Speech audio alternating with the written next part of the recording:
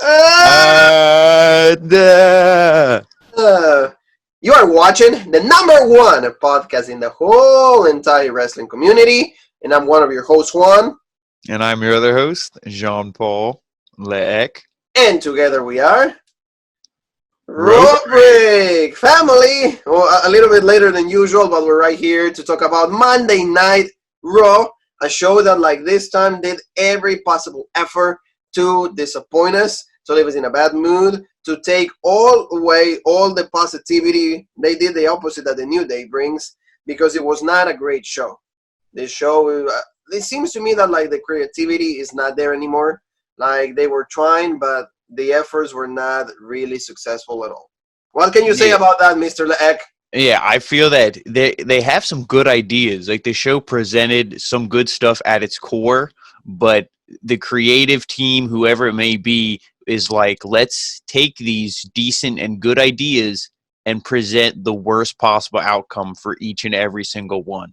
You had like again, the Iconics aren't the best team, but they come back and it's okay. It's something fresh, and they end this match in like what felt like 30 seconds. You have Edge and Randy Orton. They had a legit promo, and then they have to ruin it with a WWE tagline catchphrase, best match ever, and they stamp that into your head. The first thing we see when the show opens up is again that what feels like a 10-minute video package of Becky Lynch. Yeah, we I, get it, she's pregnant, but they're not celebrating the fact that she's pregnant anymore. They're just trying to make money off it now. So yes, now and it's that's what it annoying, is. and Yeah, yeah, yeah. yeah. No, that you hit that in the you hit the bullseye right there, Mister. Because it's just like And any other speaking of pregnancy, bullseyes, any throwing axe tonights as well. any So any other pregnancy goes completely unnoticed. Any yep. other pregnancy, Yeah. nobody cares.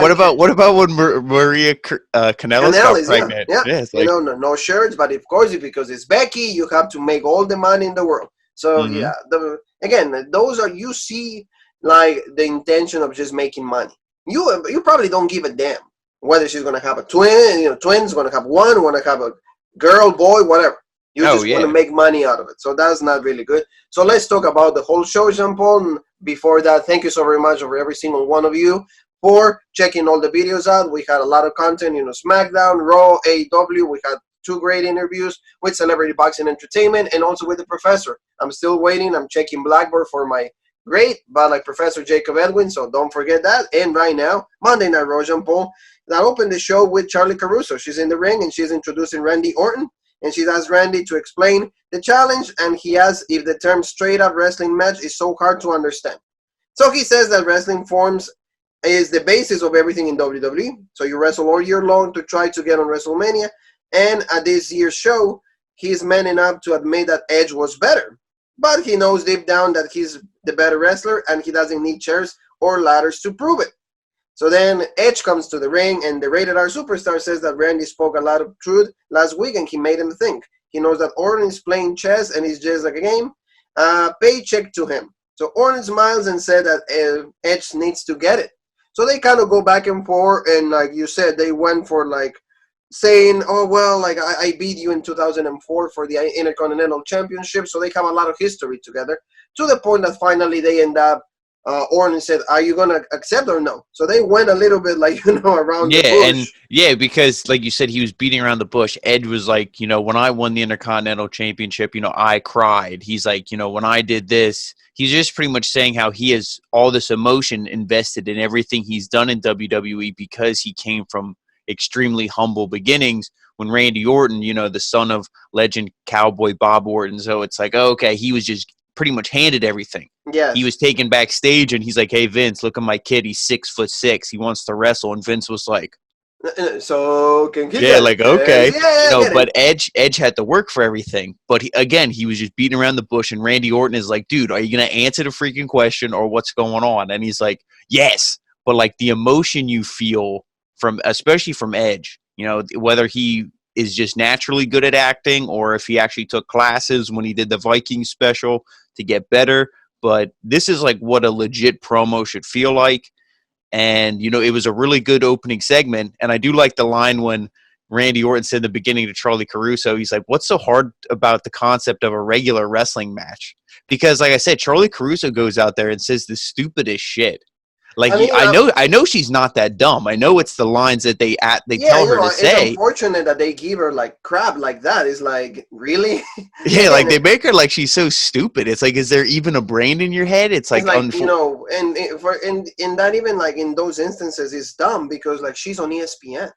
mm-hmm. Like she cannot be. She has to be completely sports. Like feel like she has to be knowledgeable on a lot of sports. So okay, so you don't understand a regular wrestling match, like yeah. So but other than that, I mean, legit segment, and like I said, I'm excited for the match. It'll probably be the best match. At least there's not that many announced, but the best match for Backlash.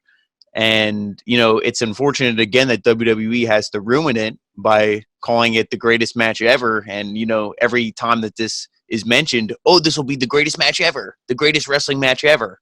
Why? yeah. Because they're going to have a normal wrestling match. Now it's the greatest wrestling match ever. Yeah, like, they have to add those titles that are absolutely not needed. And the one thing is, like, I think they're doing it just because we didn't get a wrestling match. So a lot of people, like, they got a lot of backlash about from all that situation, and that's why they're like, well, ratings are bad. We need like star power, we need name value in YouTube, so let's have a regular wrestling match. Yeah, maybe they're actually trolling us, and they're doing it to rub like the salt in the wound by keep saying wrestling match, greatest wrestling match. It could be. So you see where I'm going with that. Yeah, though. exactly. It's like they're trying to play with that idea as much as they can. But it's confirmed. Backlash is going to be in 3 weeks from now, and it's going to be Edge against Randy Orton in a regular wrestling match. So we don't know what a regular wrestling match is. We're like Charlie Caruso, so we're going to wait and see what the hell is going on with that. But after that, Jean-Paul, we get the Monday Night Raw Messiah, the daddy. The daddy Seth Rollins. He comes out his way with like Buddy Murphy, and he says that sometimes in life you have to lose who you are to find yourself. When he lost to Drew McIntyre and Money in the Bank, power of himself fell, that he lost everything. And he fell into dark despair. Well, of course, like he got Becky pregnant, so yeah, he's like, so I got to buy a lot of diapers, I got to spend all this money. But without the darkness, there can be no light, and he has seen it. And that is all thanks to the one man, Rey Mysterio. So Rollins said that what happened to Rey has been described as heinous and disgusting. But he sees that is an unfortunate, but it was really necessary. So he keeps talking about all these situations. He kind of says that Rey was like the mean to get to this new version of Seth Rollins. And then Humberto Carrillo shows up and he's like, you're a coward. You're full of crap. You say that you care about Rey. You don't care about Rey. It's like you just wanted to like make an example out of him. So this leads to a match with Buddy Murphy. So what do you think about this match? Yeah, I mean, the match was all right. Buddy Murphy getting the win, I think, was the right choice. And obviously, Humberto's one of the guys who you could feud him with this Seth Rollins stable, because as we saw later on in the show, he added a new member to the stable, which I'm glad. It's not just a two-man band. We got 3MB back together, but this is like the upgraded version, like on steroids 3MB. But, I like this. And on commentary, they were really making Rey Mysterio's injury sound severe. And I don't know when his contract is supposed to be up, if it's for a while. I hope this wasn't the last of Rey Mysterio. Like, they killed him, they bring him back, they gouge his eye out, and then done. I don't know how long he's with the company. Hopefully he comes back, joins Humberto, Aleister Black, all these guys to take down Seth Rollins, because it kind of seems like Kevin Owens, again, he returned tonight, and his return wasn't anything special, wasn't anything really that good. But, I mean, this match, the one major issue I had was we had Aleister Black was supposed to go against Buddy Murphy, which we did kind of get that tonight. But why would Buddy Murphy be like, yeah, no problem, Seth, I'll just wrestle twice tonight. That's no problem.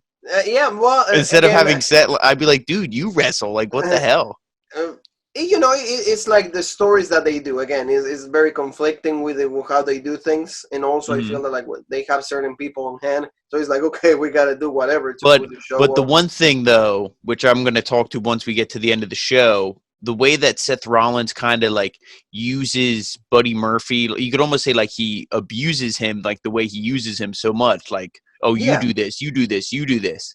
You could almost see this some tension. So maybe that's they were kind of building towards by it like might be setting later on. I wrestle. feel that Yeah. they're setting up something for that to clash. But yeah, it's because Hmm. it's pretty much like any other relationship. If you see the one being abused, being abusive, and then the other one feels abused by, then Hmm. of course then there's going to be a little bit of tension. But the match was like pretty quickly. Carrillo the same offense that he has until Murphy's Law, and then so Done. Murphy continues the attack after the match, following with some instructions by Rollins, and then, like you said, Aleister Black runs down and tries to make the save for Carrillo, and then he fights him, and then pretty much like they just leave. Seth Rollins and Buddy Murphy, they flee, and then you see standing tall, you see Aleister Black and Humberto Carrillo. Then we get to like a pretty awful promo by King Corbin, because again, what's the reason that he's already unbearable on Friday? And Monday I want to start my week in a good note, but no, of course I gotta like start with this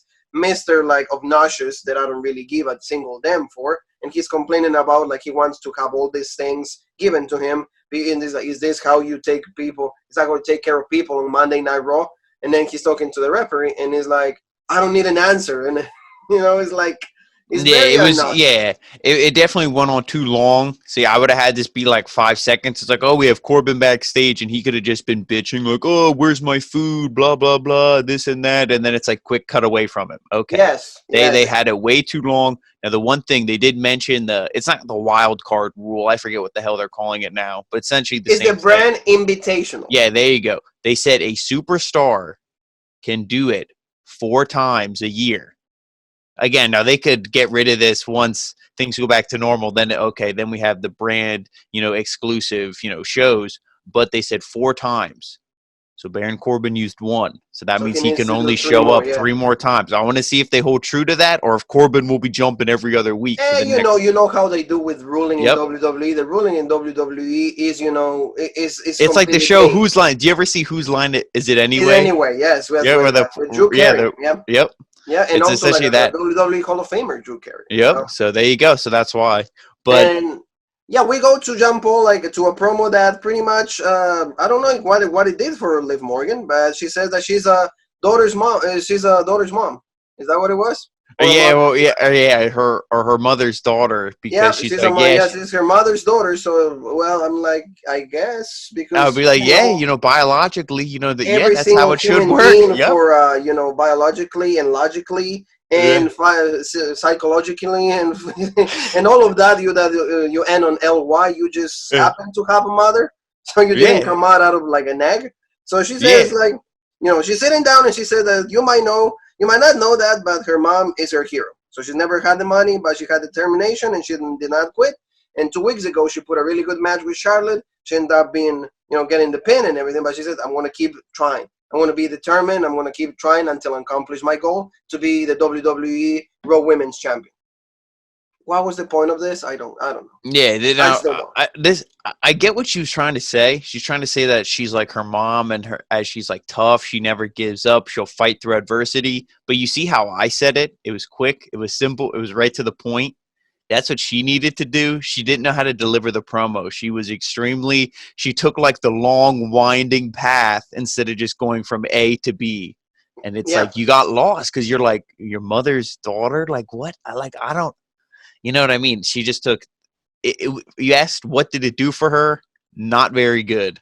Oh It yeah. did not do good things for her. People were And probably confused. It hurt her stock. And like I said, Ruby Riott got buried for this because I think Ruby Riott is way ahead of the game, comparative to Liv Morgan.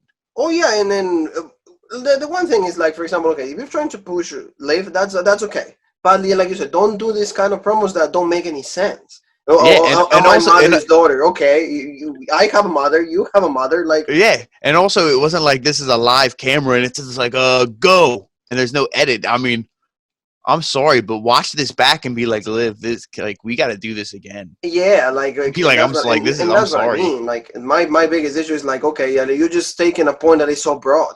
Oh yeah, like, and also, for example, I'm my mother's daughter. We don't know your mom, so then therefore we cannot make the correlation. For example, if let's just say my mother is Medusa, or my mother was, like, well, Ivory. Okay, you know, she was a champion. She was okay. She can win championships. Okay, I can make the correlation. But oh, my mom is determined, and I'm gonna win the championship. Good for you. Like no, Yeah, that's awful. what I mean. Yeah, I it's love her. not good. Oh, I love her, but you know the material that they're handed to and they have to work with, absolutely god awful. So that's terrible. Terrible enough that Charlotte Flair comes onto the ring with the same shtick that she's been doing, that she's the woman, the hardest working woman in WWE, Jean Paul, and now she's pretty much it is because she's on 3 shows now. They don't Yep. have another girl. You know, the roster doesn't have a single It's a girl that shame they that can you use. don't have that you didn't call up, a really talented superstar from NXT, Bianca Belair. It's a shame that you don't have all these women who you work on main event all the time, but then come to Monday Night Raw, we can only use 3 women. So Exactly. No, and that's the problem. Yeah, because she's talking about this. She's saying that she's been on 3 shows and she's gonna pretty much be beating somebody today. And this happened to be the prey for this week was Ruby Riott. Like Jean Paul was saying to me, he just saying to me, this buries this buries Ruby after Liv's promo, and I'm like, I don't think there's a way that you can bury it anymore. Yeah, you can. Yeah, come out. Yeah, yep. lose to Charlotte, and pretty much Riot kick attempt. And then Charlotte went for, like, of course, the god-awful figure 8. And this time she didn't even bridge with the hands. If you notice it, she kind of Hmm. was bridging with the shoulders. Yeah. And it's Yeah, so yeah, yeah. It was devastating like that, it was very, yeah. It was very lazy because I think it was I don't remember if it was Tom Phillips or who. They said figure 4, and yeah. Samoa Joe was like, "No, that's the figure 8." So like Phillips didn't even know. He's like, "What the hell? Like this looks like a figure 4." Because like you said, she didn't bridge with the arms. She was lazy. She's like, whatever. I don't Yeah, care. it's like, it's done anyway. Yep. So I'm like, and what was the point of this? It's not building Charlotte because, like, she's already built.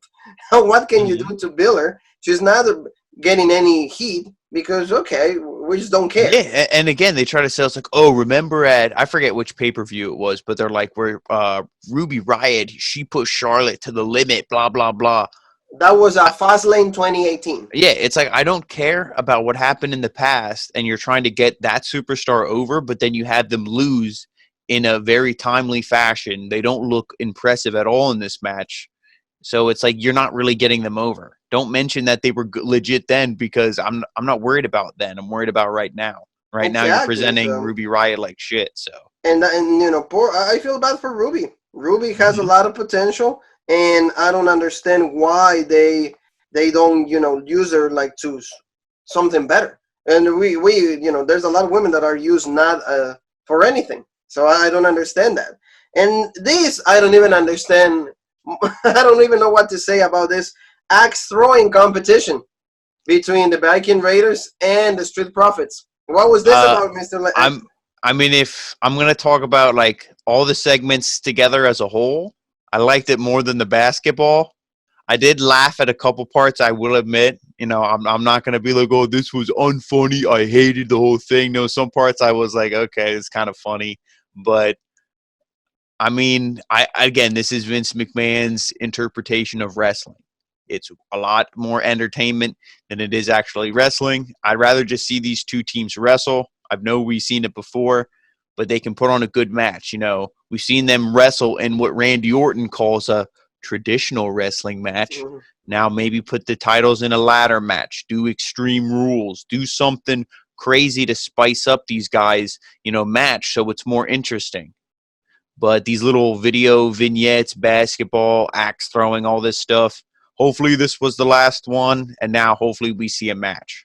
Yeah, no, yeah. But I mean, I like again, I thought they were kind of funny, but I'd rather just see them wrestle. For me, I think there were these decent just in the fact that, for example, when the police showed up, Oh and yeah, and that yeah. police lady was like, I guess, flirting with the Viking Raiders, like, you two are mine or something like that. I was like, okay. Well, I like when they get out and they pull up and the Street Profits are like, oh, because the whole time they can't hit the freaking target, and then Montez Ford hits it, and then I guess Angelo Dawkins beforehand's threw it. His hit the police car, and they're like, who the hell threw this? And they're Oh like, yeah, yeah, yeah. That was okay. Like I said, but And then I like when he takes it, throws it behind his back, and he hits the target. And then the Street Profits are like, "That's right, that's right." And then the Viking Raiders, they're the ones who get arrested, I guess. But it's like, yeah. So like, yeah, like this takes away a little bit for me because, like you said, like I rather watch a show that is more wrestling based.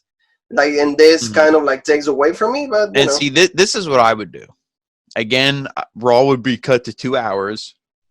I would talk about this segment, like I said, with the Baron Corbin thing. Couple seconds, blah, blah, blah. I'd say, hey, show a little clip. If you want to see this, go on WWE's YouTube. Watch the whole thing on YouTube. Then that way, if I want to see it, you showed me a teaser on Raw.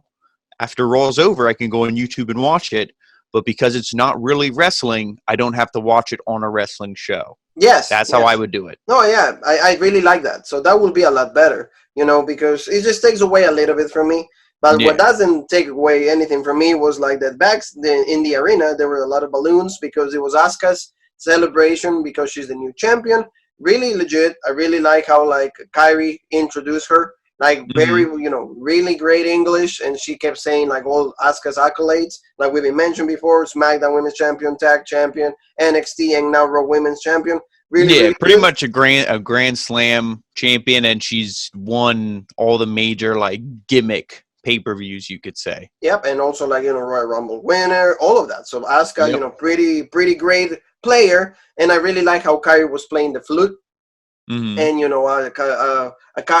Kyrie was the one playing the flute. Asuka arigato, saying like thanking her. But then of course when we actually having a good time, because actually the flute playing, it was not bad. I enjoyed the Yeah. music that was coming out. But then Nia Jax comes out, so of course they have to ruin everything when something good is happening. No, no, no. Completely like nope. Nia Jax comes out and she's like, "Well, do you think that like you were just handing this? Literally, you were just handing this, and it's not gonna last long because I'm gonna be the champion." So pretty much that gets Asuka really upset, and then Asuka ended up beating Nia Jax and taking her out of the ring. So that's what it Yeah. was. That's And what it was. I like this segment. Not to go too off topic, but I like in Japan when a champion wins and they give them flowers and they have like the ribbons and all that stuff. I like when they kind of do that, like they make a champion actually feel like a champion, make them Yeah. feel legit. So I like when they do that instead of WWE. It's like, oh yeah, here's our champ. And he's just holding the belt, and it's like whatever. I could go to Walmart and I'll look like the same guy. So, buy one in the toy aisle. But see, I would have rather. I don't know what their plans are with Kyrie Sane, but with this, I would have rather did like a Festival of Friendship thing where Kyrie turns on Asuka and then you had them feud because Nia Jax was the obvious choice. You could have did that after this feud, but maybe they'll do that after Nia Jax. I just hope Nia Jax doesn't win because I don't know why you would do this whole big, thing with Becky Celebration. Lynch and Asuka and this and that just to give it to Nia Jax. But Oh I yeah, mean, yeah. we'll I see. really We'll hope that they see. don't do it. They had a match in NXT.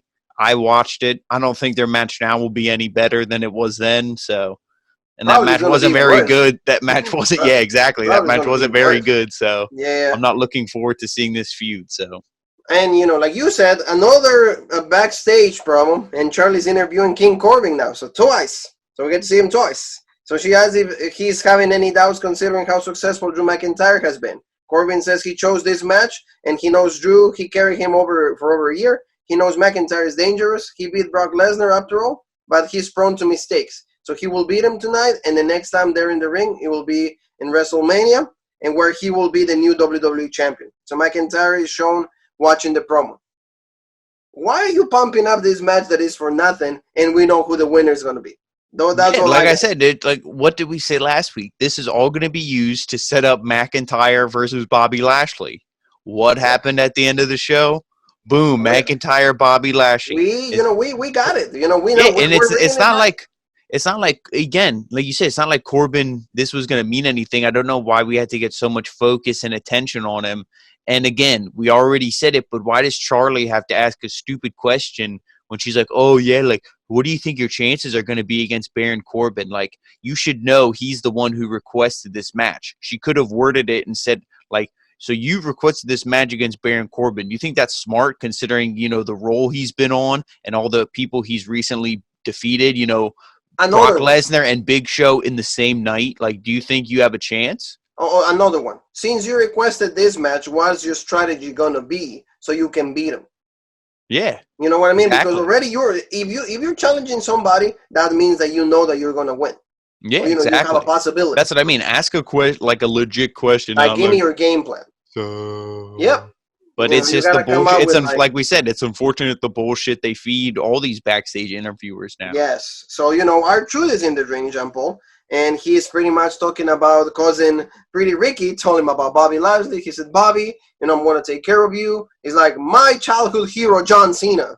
He will never give up. Yeah, and he's like, I don't want to get put in Nelson from The Simpsons. Yes, yes. And, you know, I was like, like, my that's childhood legit. hero, John Cena, told me not to, you know, give up. And I'm not going to give up. And, you know, and when I'm done with you, Lashley, Tom Brady, you better watch out because I'm going to go back for my 24/7 7-Eleven 97 I-97 whatever European heavyweight championship.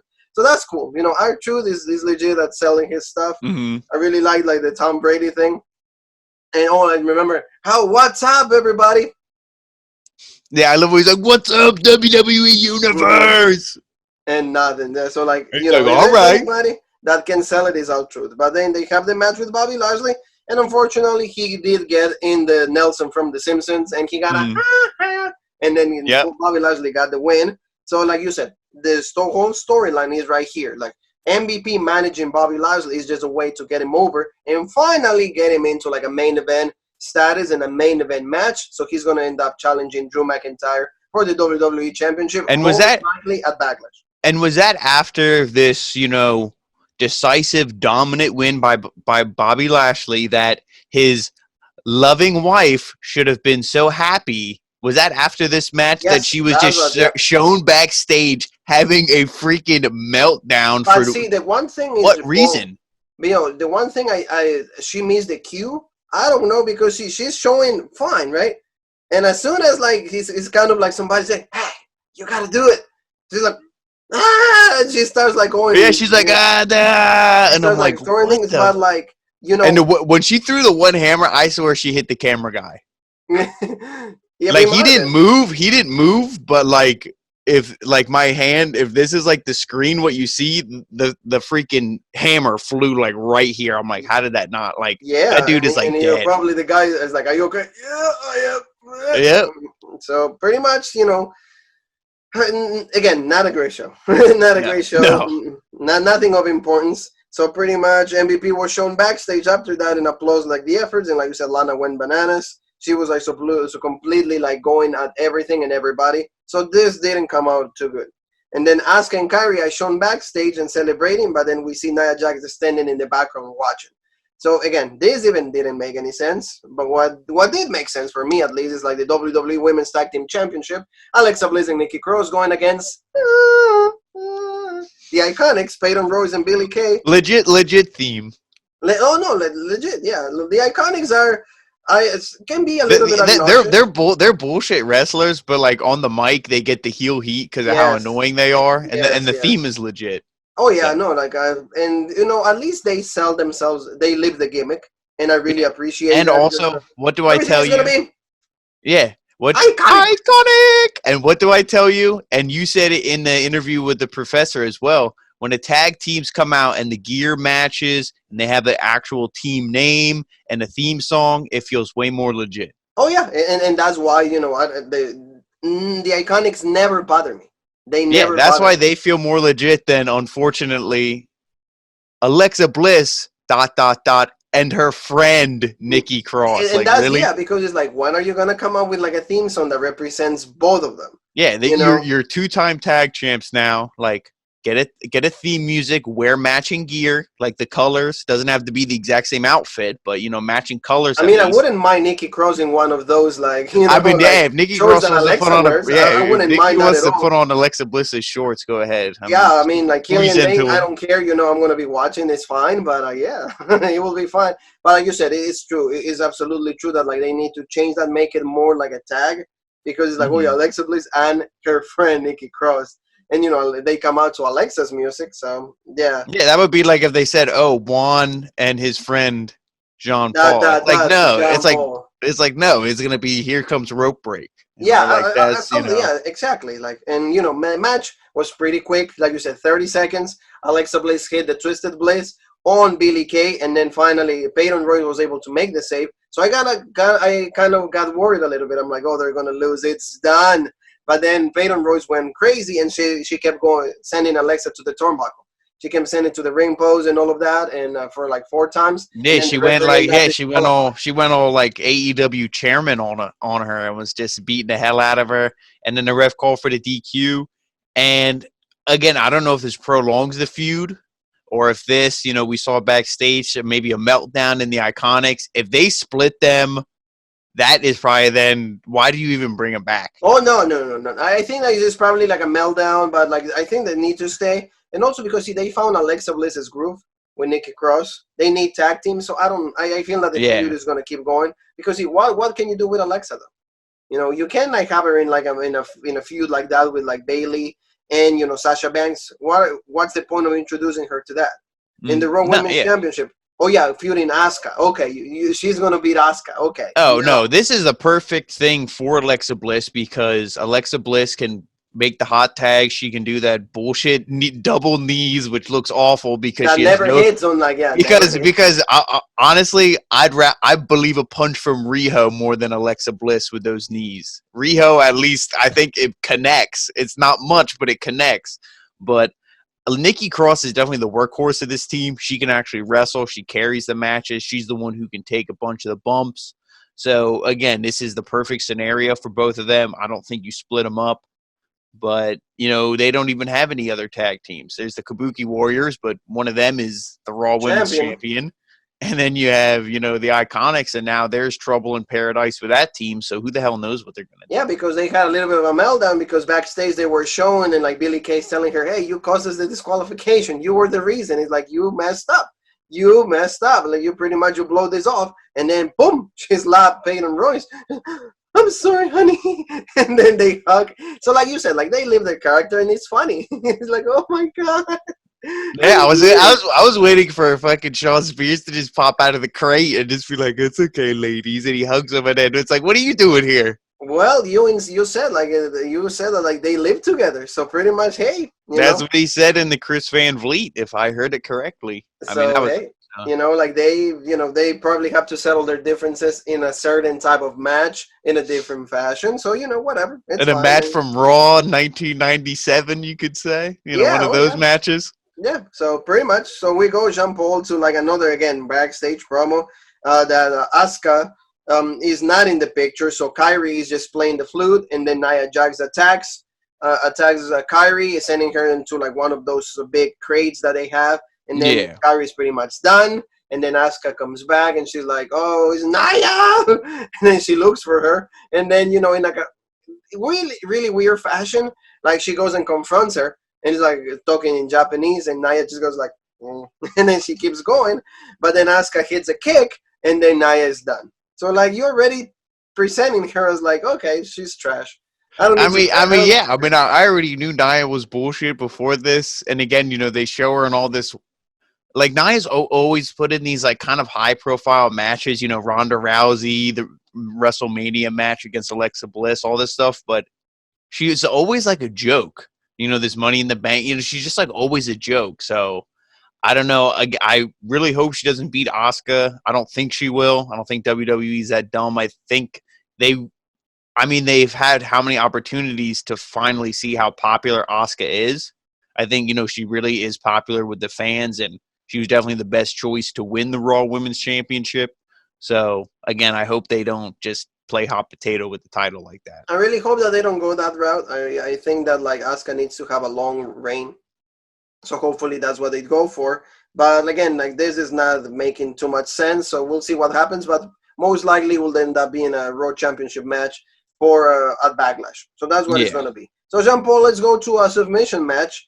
I don't really, again, no reason for this. Pretty much Shayna Baszler going against Natalya, a match that like we knew who was going to win because in the end, the kind of promo that this woman delivers is absolutely legit, is absolutely great, is absolutely marvelous how she can hit those lines and get that heat, and that was Shayna Baszler. So pretty much it's like even they sell the match. The sharpshooter against the Kirafura clutch. And in the end, of course, Natalya tried her hardest, but like any other time in her WWE career, she ends up jobbing to the person that they're going to be pushing, and this time happened to be Shayna Baszler, Kirafura clutch, and done. Yeah, and I don't like how they did that. That's like a Bret Hart versus Ric Flair, like a figure four versus the sharpshooter. That's how you sell it, like with prestige. Like Natalia, she's presented in such a bullshit manner. It would be like the Kirifuda clutch versus the shit shooter. Like you Yeah. don't call Natalia what she does. You don't bill it, that make it sound like it's so good, so prestigious, because she's not. At least she's not presented that way. And again, is this a heel turn for Natalia? You're going to throw another temper tantrum after this match? Like, what? I don't get the whole point of this. Like, okay, you lost. She kicked your ass at Elimination Chamber. She kicked your ass at Raw. She kicked your ass again. Like, how many times do you – it's like how many times do we got to teach you this lesson, old man, for the people who watch the SpongeBob, see that meme and that reference. It's like, how many times do we need to keep kicking your ass, Natalia? It's like, you're not going to win. This match was pointless. Yeah, no, yeah, same thing like you're saying. I don't understand. If they're going to show a little bit more edge of Natalia, it's fine, because I feel that, like, unfortunately, the way she presents herself in social media turns out to, like, completely, like, not show, like, what she really, like, her character gets, like, given away pretty much, because she's, like, running, like, she has a video of how to apply the sharpshooter. So all of those things to me take away, like, the mystique of the wrestler, so to say, and that's probably why they want to show a little bit of edge. And I'm not against it, because she needs, if she's gonna try to win matches, at least make her look somehow legit. Because like in this kind of matches, she's gonna lose. You just know. You're just asking when. So that's what I mean. That's why she should have lost last week, like she did, and then you could have had her in a match against Bring Up Catalina or somebody. There's lots of women that you have. You were calling up ones from NXT before randomly, like Chelsea Green, before you did something with her. Kaden Carter was there. Yeah, I'm sure you have a bunch of women you could call up, have Natalia beat them, and maybe she beats them down after the match. And it's like, oh, Natalia has this aggression. What's going on? Maybe this has something to do with the loss against Shayna Baszler. Instead of having us see it again and having, it was just the same thing as last week. Yeah. No, and that's I agree with you completely. So that's one of the things that happened. But she had, like you said, a tantrum. She was destroying all the things that they were putting on for the Kevin Owens show. So like all the chairs, or like the signs and all of that. So she ended up like destroying all of that. So this leads us to the Kevin Owens show, the return of KO after WrestleMania. We didn't see him anymore. We didn't know where he was. Pretty much this precautions from the pandemic. So he's going to be interviewing Selena Vega's like staple. He's going to be interviewing Andrade, Garza, and Austin Theory. By the way, there was a backstage segment that she's like making sure that everybody's in the same page. He's like, are we good? Are we going to be shown as a unit? And they're like, oh yeah, you understand? You got me? Okay, we're good. Yeah, I like how Angel Garza's just laughing at her. Like, Austin Theory was the only one who was like, yes, ma'am. Mm-hmm. And then she looks at Andrade. She's like, are we good? And he's like, I am the champion. Because she's like, I guess that means we're good. Because he doesn't understand what "are we good" means, Like, and the one thing that bothered me is like she goes to Garza in Spanish. I'm like, shouldn't you do the same thing with Andrade? Yeah, especially with Andrade. English better here, and I'm not trying to like diminish all my people. I'm not trying to do that, but it's just when you say things, make sure you make sense. Yeah. Don't go to the guy that like clearly needs more work on the language and completely English. Oh yeah, are we good? And then Garza has said many promos in good English. Oh yeah, you talk Spanish. I'm like, shouldn't it be? Exactly. I'm like, no. That pretty much sums up the whole show. Shouldn't it be? I'm like, yep. And this promo, like they came out to the ring, and Vega says that like, she is tired, be that people like Kevin Owens and the whole WWE universe, they're trying to make, a big thing out of just a drop of water. They just say they're trying to pretty much overreact to like a little argument, and like they're saying that they having issues with the staple, which is not the truth, and they're going to prove it tonight.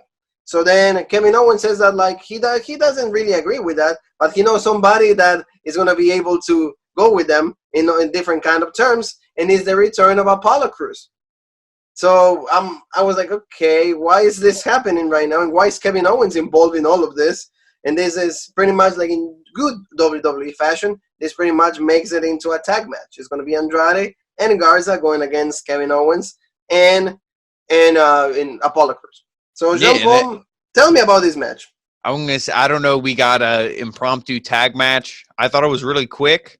I mean, not saying I wanted it to be very long, but it was really quick. Again, I don't. So we knew Apollo Crews wasn't really hurt. I don't know why you took him out of the Money in the Bank ladder match just to do this.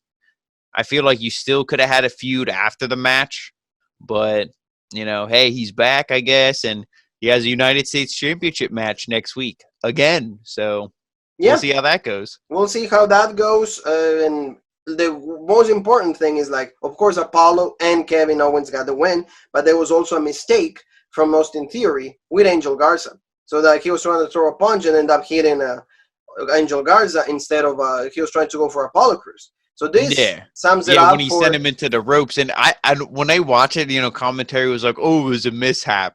But, I mean, it clearly looked at he was like, screw you, dude, and, like, Oh yeah, elbowed him. yeah. And then, So this pretty much sums it up for Austin Theory in his stint with Selena Vega staple, because after that, Garza and Andrade took care of him. They pretty much were like beat him up. They sent him into the barricade numerous times, and they're like, "Well, you want to see what an accident looks like? This is an accident." And boom, they kept going at it. And he says, like, "Well, you're weak." Vega says, like, "You're just phony. You're out of the team." Slap, done.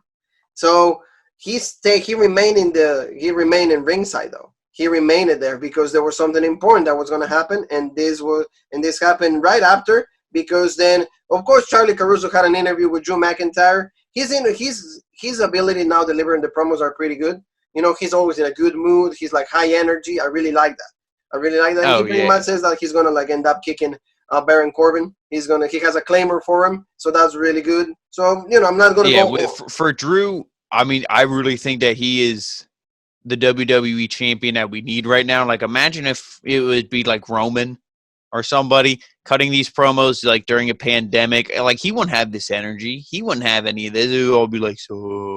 Oh yeah. But Drew, like you said, he's always like, hey, Charlie, how you doing? Like, oh, I'm doing good, and he's all fun. It's like the energy's good. Yeah. Positivity. That's what I mean. Like, yeah, that line right there. Hey, what's up, Charlie? He's like the only one knows everybody. Yeah, everyone else is like Seth from last week. But like he's like, hey, it's like he actually makes it seem like they know each other, and that's how Exactly. they should be. Hey Charlie, what's up? Hey, how's it Mhm. going? So I really like that. But Jean Paul, what I didn't, well, it was okay. Aleister Black against Buddy Murphy. Like they had an altercation previous in the night, and Aleister Black went right for it. They started going at it like 100 miles an hour. It was like the same match that we've seen so many times on Monday Night Raw. By the way, but see the different thing, Austin Theory was right there in ringside, and he kept looking at Seth Rollins. Seth Rollins, they kept making eye contact. They're not gonna go for that, Don't get your minds out of the gutter. They're not gonna do that. But kind of like you could see, like Theory needs a stable, Rollins needs a guy. So he goes and he points at like the ring, and Austin Theory comes to the ring, and then he starts helping out Buddy Murphy. He starts beating Aleister Black, and then of course the ref calls for the disqualification, and then Austin Theory end up hitting like the TKO. His finisher move. I don't really know how it's called by. The ATL. The ATL. I call it the Yeah. TKO, but that's Same thing. Yeah. Same thing. To me, call him like the way that it used to be, but like. And then we get to see the interaction between Rollins and Austin Theory, and we have a new brother or a new disciple in Austin Theory. So it's good. So the night didn't end up that bad. Yeah, I like this move. This is like one of the major things I like from the show tonight. And I don't know if a lot of people picked up on it, but when, Seth Rollins, he's like hugging Austin Theory, and he's just like, welcoming him in, and just all the times where it's like Seth Rollins would do something, like he would poke the bear, and then the bear would eat Buddy Murphy, and Seth Rollins would run away. So it's like Buddy Murphy gets abused, and then after this match is over, he hugs Austin Theory. Buddy Murphy's standing on the other side of the ring, and he's just looking at him, and he's like what? Where's Like, my dude, hug? yeah, like, dude. And then, like, you even see him, he even like looks up, like what is like going on? And Seth is just like, like really long hug. Hey, maybe that stare down earlier did mean something. Who the hell knows? But he's in the stable. That's legit, and I think it's eventually going to lead to some animosity where you're going to have Buddy Murphy turned face, and then he's going to break free from this. But I Well, don't see, again, that's not something I see happening in a week or so. I'm saying I think the seed is planted now, and it's going to be a long-term thing. yeah, and that's fine. It's interesting. So, yeah, absolutely. Maybe SummerSlam, even maybe later than that, maybe a Survivor Series, maybe going all the way over there. Yeah, and especially because I think that's a thing where Seth is going to put over Buddy, and then stock goes up, then you can challenge for something. And I said to you, we at some point, he's around December time, he's going to be off, because, of course, he's going to be the Monday night daddy. So that's why he's going to be doing all of that. And that was cool. I really like that. Like you said, the staple needs more members. So at least not NWO, like the whole roster, but at least get 2 guys. So we go to the main event, Jean Paul, finally. Drew McIntyre against King Corbin. I don't know how somebody can actually think of a main event for a match like this. I will say a main event of a main event. I would much rather see Catalina going against Bianca Belair, but that's only me. Because I do enjoy women's wrestling. And also because this guy, I mean, Corbin has name value, I guess. Retired Kurt Angle, which I hate to even say that line. But it's like the dude lost in the first round of the Intercontinental Championship tournament. Like, he lost. He's a loser. Every time we see him, lose. This guy got covered in dog food and laughed at by the Usos and Roman and millions of people watching at home. Why does this guy having all these high-profile, legit matches? You wanted to do something, you could have just had Bobby Lashley kick the shit out of Drew McIntyre, and then Lashley stares down Drew. We would have had the same effect. It would have had the same effect, and that was pretty much what happened, because now, like we said, like you and I predicted last week, we said Bobby Lashley should be the guy that is going to be promoted to the #1 contender, and it's pretty much a fact. He and MVP came out, and they're like, we're going to be just looking at your match because we like high-profile matches, so we're just going to be here by ringside if you don't mind. If you're not bothered by us, we're just going to be looking. A good match, I will say, again, and we've said this so many times throughout Road Break's history, that Baron Corbin is a good wrestler. It's just the material that he's given to his character absolutely sucks. Yeah, and it's a shame, because, like we said, even though when the bell rings, I can't forget his character. Yes. Because he still opens his mouth during wrestling matches. He's still like, I'm the king. And I'm like, oh, I'm taken out of it. I remember that you're a piece of shit. So sorry. Yep. Yeah, because they had a really contested match. I did enjoy it. At some point, I really love when he countered the Claymore kick for like the dip six. That was legit. That was a legit spot. So, his finishers and signature moves are all super legit. Spot on, yeah. And he has the right, like, for example, he's tall, he's big, so like he can hit really good moves on people. And when he delivers. But again, the character is just terrible. The guy is good. If you will completely like repackage the guy and give me something that is not obnoxious, I will be completely sold on the guy. And I don't know if he could ever is absolutely great. I don't know if he could get over with it or if he could, even play the character. But I almost think, like you said, you got to repackage him and turn him face. Yeah. Because he's been heel his whole main roster run for what I can remember. It's like you got to do something with the guy because he's talented. It's just what you're presenting him is awful. Exactly. So and then Jean Paul Claymore kick, of course, 1, 2, 3, and done. So the show goes off the air like this. So there's like that already story going on. Mm-hmm. Bobby Lashley and you see Lashley, he's like. MVP and Lashley going to, with Drew McIntyre because Drew says that, hey, that's the Bobby Lashley that I wanted to see. That's the Bobby Lashley that I faced on TNA Slammiversary. That's the guy. That's what I want to see, and that's what's going to be Backlash. It's going to be the same match. It's going to be like the same match that we had 10 years ago. So if you don't like that, don't watch the paper. No, that's not what he said, but it was very relatable to that. So they're going to have. And if you want to see it early, sign up on Fight TV and go there right now with your Slammiversary and Slammiversary. That's what like we had. It's going to be Drew Galloway against Bobby Lashley. So it's the same thing, and it's going to be Claymore kick and done. So if you want to see, what's going to happen a little early for you, then go ahead. But this is how Monday Night Raw ended. Again, not a great show. Not really what we wanted to see. Again, the shows are not live either. It wasn't live, but for what we need, like you said, sometimes. Yeah, I honestly think that SmackDown. I honestly think SmackDown is going to be better. I think SmackDown was at the bottom of the shit barrel. I mean, it was crusted onto the bottom. This Intercontinental Championship tournament is making it. It's floating to the top, and Raw is going down. Well, yeah, like Raw is going down fast. We have fast. like 2 high-profile matches on SmackDown. We have Jeff Hardy going against Sheamus and Shinsuke Nakamura against AJ Styles. What else do you want? What else do you want? There's nothing else on that. I'd rather have those two matches be, in the semifinals, but hey. Exactly right. Yeah, we said that. If you don't believe it, check the Smackdown review because that's what he said, family. So we're going to go up, guys. Thank you so very much for watching every single one of our videos. We have a lot of things in the working, so just give us a little bit of time, and we have a lot of ideas. On the weekend, we're going to have more interviews for you guys. So just stay tuned for that. So Jean-Paul, where they can find us on the social media world. Yeah, we have the Original Rope Break on Facebook, the Original Rope Break on Instagram as well. Like Juan said, lots of interviews, even though they're all legit, and I know you guys watch them. If you want to see a quick clip, you go on Instagram, boom, watch a couple seconds. Oh, I'm hooked. The link is right there in the description. And on Twitter, we have the OG Rope Break. Follow us there as well. You can see clips, and I know we tweet news and everything. And then right here on the Original Rope Break on YouTube.